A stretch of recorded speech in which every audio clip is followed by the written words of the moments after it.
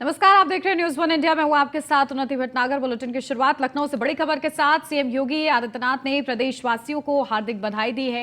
होली पर्व की हार्दिक बधाई और शुभकामनाएं दी गई हैं। जहां होली सनातन परंपरा का प्रमुख पर्व है, सामाजिक का समता, सौहार्द एवं उल्लास का प्रतीक है। होली पर्व प्रदेशवासियों के लिए मंगलमय हो। तो होली को लेकर सीएम योगी आदित्यनाथ ने प्रदेश के मुखिया होने के नाते प्रदेशवासियों को, देशवासियों को बधाई दी है। होली पर्व के लिए शांति और सौहार्द के साथ इस पर्व को मनाएं, इसकी अपील भी सीएम योगी आदित्यनाथ ने की है और सभी को शुभकामनाएं दी हैं होली पर्व को लेकर। इसी के साथ सीएम योगी आदित्यनाथ क्योंकि गोरखपुर के दौरे पर रहे हैं और इस दौरान गोरखपुर में ही वो होली मना रहे हैं और इसी के साथ उन्होंने वहां से प्रदेशवासियों को ये बधाई भेजी है, शुभकामनाएं होली के लिए कि शांति के साथ होली मनाएं। होली पर्व प्रदेशवासियों के लिए मंगलमय हो।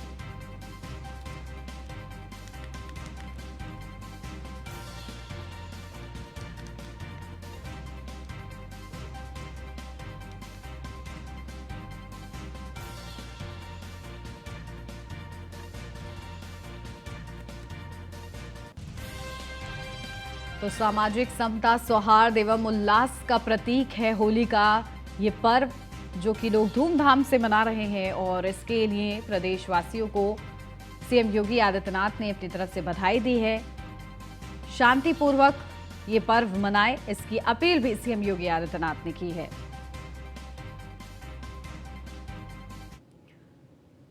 वहीं गोरखपुर दौरे पर सीएम योगी होलिका दहन की शोभा यात्रा में शामिल हुए और इस दौरान सीएम योगी ने सभी को होली पर्व की शुभकामनाएं दी। सीएम योगी ने कहा कि उत्साह और उमंग का पर्व है होली, सत्य, न्याय और विजय का प्रतीक है होली, हजारों वर्ष पुरानी परंपरा का प्रतीक है होली।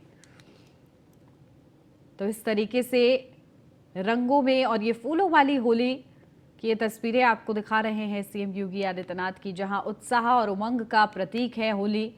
जहां सीएम योगी आदित्यनाथ के गोरखपुर पहुंचते ही जो गोरखपुर वासी हैं उनके चेहरे खिल जाते हैं कि उनके मुखिया उनके साथ होली मनाएंगे और इस शोभा यात्रा में शामिल हुए सीएम योगी आदित्यनाथ। होलिका दहन की ये भव्य शोभा यात्रा, जिस दौरान सीएम योगी आदित्यनाथ ने कहा कि सत्य, न्याय और विजय का प्रतीक है होली।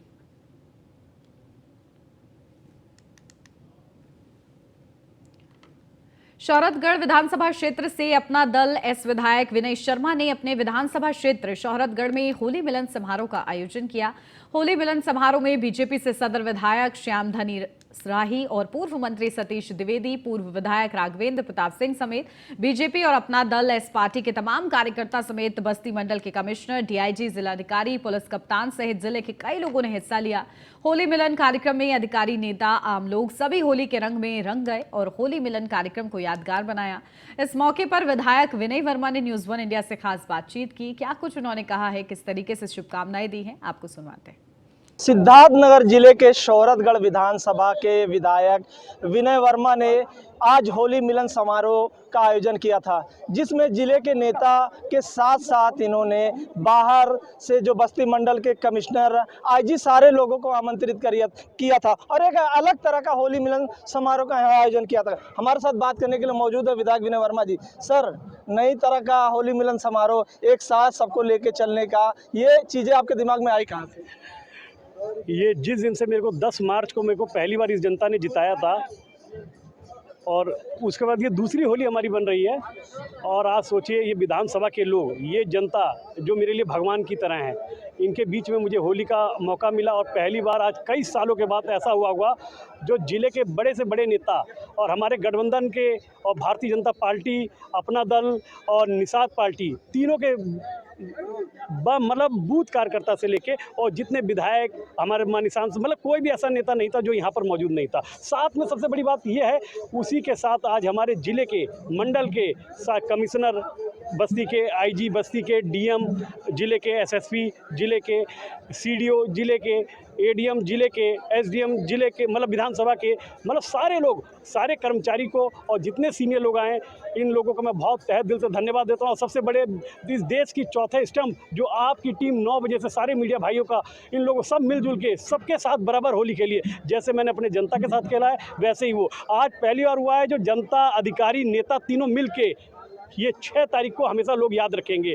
जब तक मैं इस धरती पर विधायक रहूँगा मैं चाहूँगा सारे लोग गठबंधन के इसी तरीके से भारतीय जनता पार्टी हो, क्या निषाद हो, क्या अपना दल हो, सब एक मिलजुल के बारोमासी रहे। जैसे होली चल रही है ऐसे हमेशा इनकी होली हम लोग की ऐसी चलती रहे। विधायक जी, इस तरह का आयोजन पहले कभी नहीं हुआ, क्या माना जाए कहीं आगामी 2024 की तैयारी तो नहीं है? देखिए ऐसी नई नई चीज़, ये शौहरतगढ़ विधानसभा है, ऐसी नई नई चीज़ करती है, ऐसा कभी भी नहीं हुआ।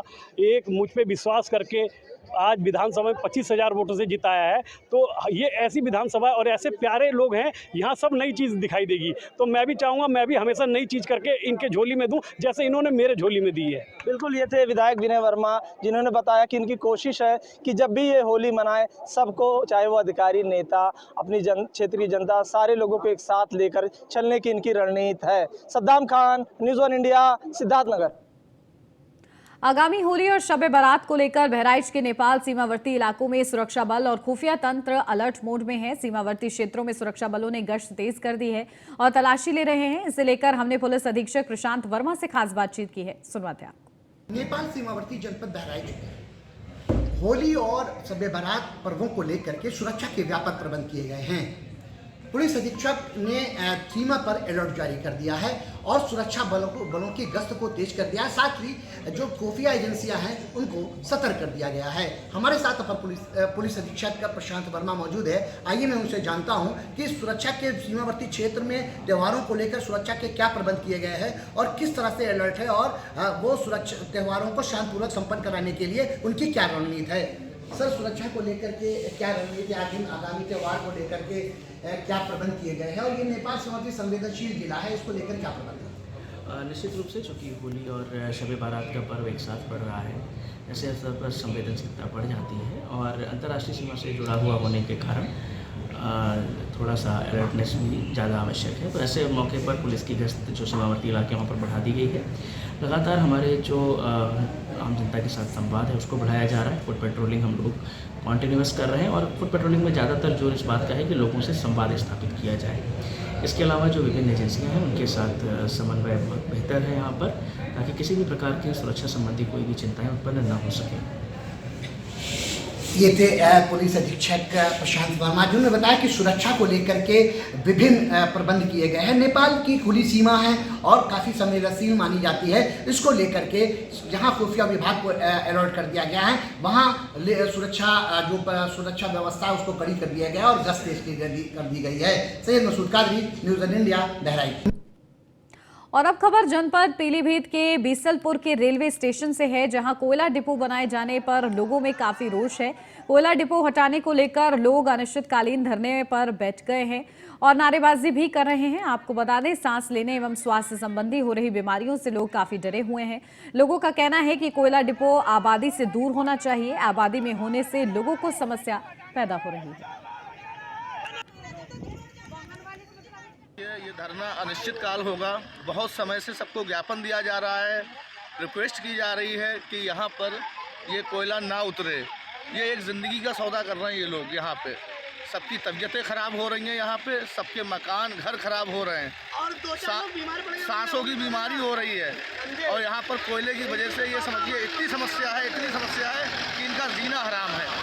और ये कोयला डिपो जो है यहाँ से हटके ही रहेगा, क्योंकि ज़िंदगी का सौदा आप नहीं कर सकते। कोयला के मामले में ये कहना चाह रही हूँ, हमारे घर में होली का त्योहार हम हर साल इतने धूमधाम से मनाते थे। इस बार हम लोग कोयला की वजह से बिल्कुल भी नहीं बना पा रहे त्योहार। अपना कचड़ी पापड़ हमारे नहीं बन रहे हैं। छतों पे जाके देखिए, छतों पे कितना कोयला जमा हुआ है। सांसों में बच्चे हैं, जो प्रेग्नेंट औरतें हैं, उनके ऑक्सीजन के साथ में जो कार्बन डाइऑक्साइड, ये धूल, हमें मट्टी तक इतनी धूल हानिकारक होती है। ये तो कोयला है। कोयला लोगों के फेफड़ों में जम रहा है। जो बड़े बूढ़े हैं खुर करके मर रहे हैं। बीमारी हो रही है, सबको दिक्कत हो रही है। जो बड़े बूढ़े हैं वो बताओ ऐसे बीमारी से मर रहे हैं। गाजियाबाद में गैस एजेंसी के गेट को लेकर काफी हंगामा हुआ। कुछ लोगों की वजह से गैस एजेंसी का गेट अब खुला रहेगा। एओए के लोगों ने पुलिस से कहा है कि हमारी सुरक्षा की जिम्मेदारी आपकी होगी, तो पुलिस ने कहा है कि आप गार्ड बढ़ा लो।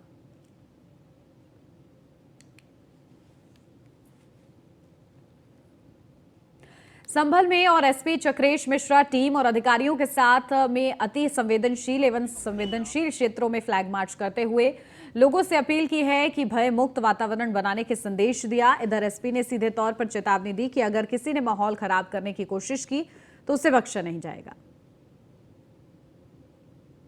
पुराने समय में या फिर वर्तमान में कोई समस्या है उसको लेकर हम लोग एक तरह से चौकन्ने हैं। वहाँ पर ड्यूटी 48 घंटे तक लगातार पुलिस की ड्यूटी रहेगी। हम लोग किसी को भी हुड़दंग नहीं करने देंगे होली के नाम, लेकिन होली जो लोग प्रसन्नता के साथ हर्षोल्लास के साथ मनाना चाहते हैं वो लोग खुलकर अपनी होली मना सकते हैं। किसी प्रकार से शब बारात में भी किसी प्रकार की शैतानी बदमाशी नहीं करने दी जाएगी। कोई भी व्यक्ति अगर कानून को अपने हाथ में लेता है तो उसके विरुद्ध कड़ी से कड़ी कार्रवाई की जाएगी। 7 तारीख को शब बारात का त्यौहार है और 8 तारीख को होली है। पूरे जनपद में लगभग 1078 जगह पे होली जलाई जाएगी और इसके लिए प्रत्येक स्थल को एक स्थल को चिन्हित किया गया है, उसको विजिट किया जा रहा है। इसके साथ ही हम लोगों ने पूरे जनपद में व्यापक रूप से प्रत्येक थाने पर महत्वपूर्ण जो सेंसिटिव चौकियां हैं वहां पर और कई ऐसे स्थलों पर जहां से जुलूस निकलेगा वहां पर magistrate. Deputy CM Brajesh Pathak ने न्यूज 1 इंडिया से खास बातचीत की। इस दौरान ब्रजेश पाठक ने कहा कि यूपी में सभी को उच्च से चिकित्सा सुविधा उपलब्ध हो, उस पर काम कर रहे हैं। और क्या कुछ अहम कहा है आपको सुनवाते हैं।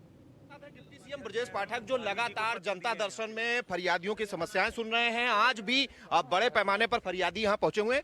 सर, 9 अस्पताल उत्तर प्रदेश के हैं जो देश के टॉप 10 में आए हैं, किस तरीके से देखिए, उत्तर प्रदेश में सभी लोगों को उच्च कोटि की चिकित्सा व्यवस्था उपलब्ध हो, हमारी सरकार लगातार काम कर रही है, सुधार कर रही है। और मुझे बताने में खुशी है कि प्रदेश के 9 अस्पताल देश में टॉप 10 की सूची में शामिल हुए हैं। मैं पूरे प्रदेश के चिकित्सकों को बधाइयाँ देता हूँ, शुभकामनाएं देता हूँ और भी तन्मयता के साथ काम करने की अपील करता हूँ। एक और आरोपी का एनकाउंटर आज हुआ है जो कि प्रयागराज में पहली गोली चलाने वाला था। हाँ, आप जानते हैं कि प्रयागराज मामले को सरकार ने गंभीरता के साथ लिया है। हम एक एक अपराधी को पकड़ेंगे और कड़ी से कड़ी सजा दिलाएंगे। आज जिस तरीके से अखिलेश यादव कल अमेठी में कह रहे थे, गायत्री हो या आजम खान हो या दूसरे लोग हों, उनको राजनीतिक द्वेष के तरीके से फंसाया गया। बिल्कुल नहीं, निष्पक्षता के साथ एक एक अपराधी को पकड़ेंगे और कड़ी से कड़ी सजा कानून के तहत दिलाएंगे। आज होली के दिन होली और शब बारात एक साथ पड़ रहा है, क्या कहना चाहिए? प्रदेशवासियों को दोनों त्योहारों के लिए बहुत बहुत शुभकामनाएं देता हूं और उम्मीद करता हूं कि हम सब विकास के पथ पर प्रदेश को तेजी के साथ आपके आशीर्वाद से ले जा पाएंगे। धन्यवाद। ये है डिप्टी सीएम ब्रजेश पाठक जो बता रहे हैं कि कानून अपना काम कर रहा है और निष्पक्ष तरीके से हम लगातार चीजों को आगे बढ़ा रहे हैं।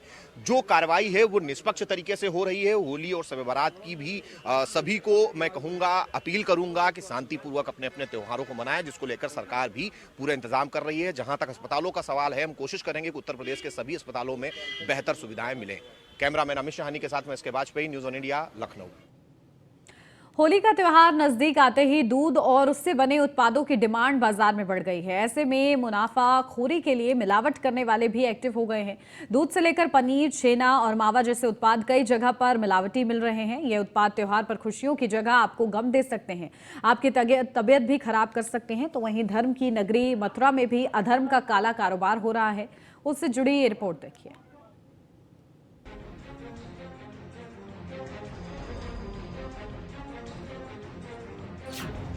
शहर शहर सफेद जहर का कहर, धर्म की नगरी में अधर्म का काम, मिठाई के नाम पर बिक रहा मीठा जहर, आपकी जान से खिलवाड़ कर रहे मिलावटखोर।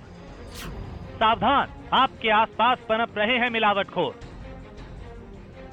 विश्व प्रसिद्ध मथुरा के पेड़े तो आपने सुने ही होंगे, खाने में बेहद लजीज और मुलायम। यहाँ तक कि देश के राष्ट्रपति भवन तक इन पेड़ों की चर्चा है।